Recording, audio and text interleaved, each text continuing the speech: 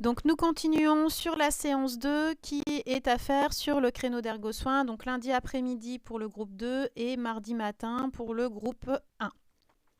Donc objectif de la séance 2, repérer sur un schéma les différents éléments du néphron et indiquer ses rôles. Donc là vous faites l'activité 3, page 71 de votre livre, vous avez également le corrigé en ligne. Alors, par contre je vais détailler avec vous le corrigé parce que c'est quand même un peu complexe. Voilà, donc première question. On vous demande de lire le document 5 et compléter la jungle du document 6A à l'aide des termes soulignés. Donc les termes soulignés, vous avez glomérule, tubule rénal, bassinet et tube collecteur. Donc le glomérule correspond à cette partie un petit peu dite pelotonnée, ici au niveau du néphron. Donc le néphron, c'est ce qu'on appelle l'ensemble, d'accord, au niveau du rein. Ici, donc le glomérule, ici, la partie pelotonnée. À la suite de ce glomérule, vous avez ce qu'on appelle le tubule rénal. Alors, le tubule rénal comporte tout ça. Voilà.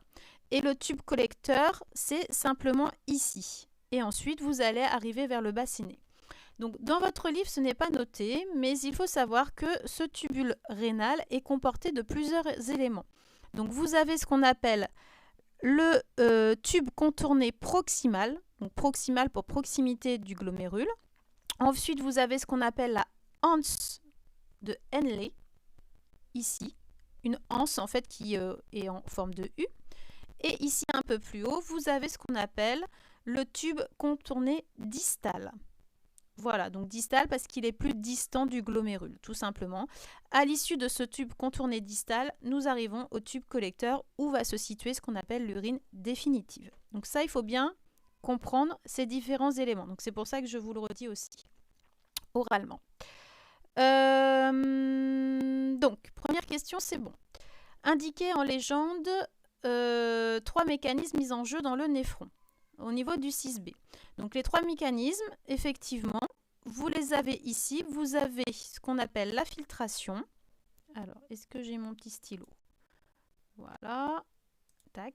Donc vous avez, premier mécanisme, ce qu'on appelle la filtration. Deuxième mécanisme, la réabsorption. Et le troisième mécanisme, c'est ce qu'on appelle la sécrétion. Donc, au niveau de votre schéma, alors je vais effacer, tac, tac, tac, tac. On va essayer de faire un code couleur. Donc, la filtration, on va la faire en jaune. Ici. Oui, ok. Voilà, la filtration, elle va se faire en jaune.